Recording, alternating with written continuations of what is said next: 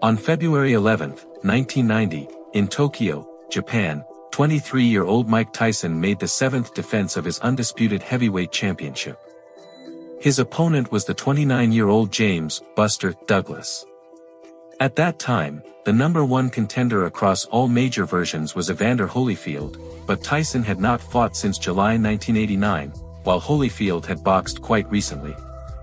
As a result, an interim opponent was chosen ahead of what was considered the most anticipated heavyweight fight of that era.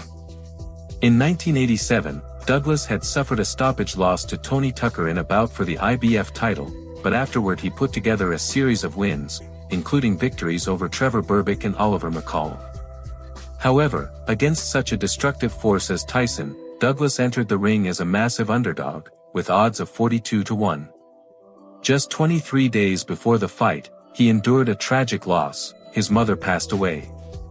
As for Tyson, he came into the fight surrounded by chaos, a divorce from Robin Givens, legal disputes within his camp between Don King and Tyson's management, and Kevin Rooney, the trainer who had continued the work of Cus D'Amato and with whom Tyson won all of his titles, was effectively pushed out of the team.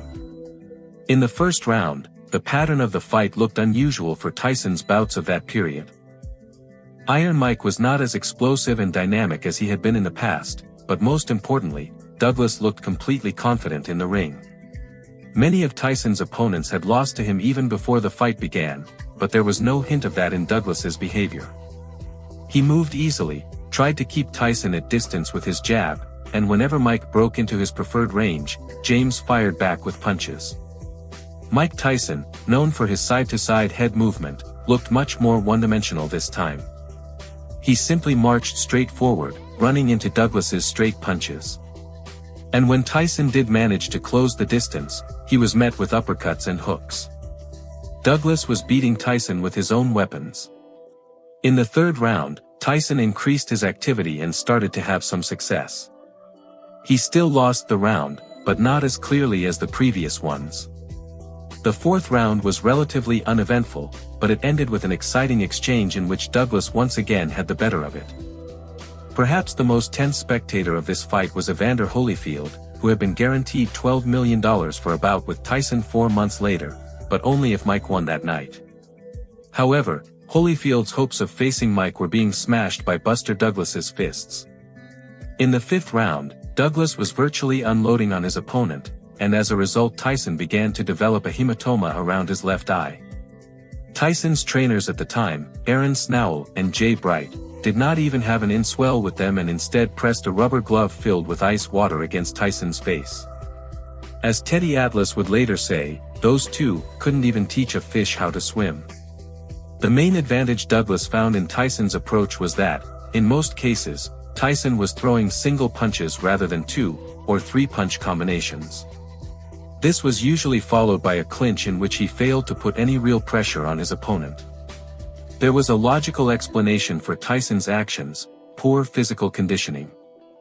In the 8th round, Tyson clearly stepped it up, not so much in overall activity, but in explosiveness, and launched a series of solid attacks. Douglas was no longer as fast, and hope appeared that Mike might land that one decisive punch and keep his belts. And at the very moment when Douglas went on the offensive, Tyson landed a right uppercut. The referee counted very slowly, and between the moment Douglas hit the canvas and the moment he lifted his hand off the floor, 13 seconds passed. However, there is another side to the situation: a boxer reacts to the referee's count, and most likely that is exactly what Douglas was doing, using the maximum amount of time allowed.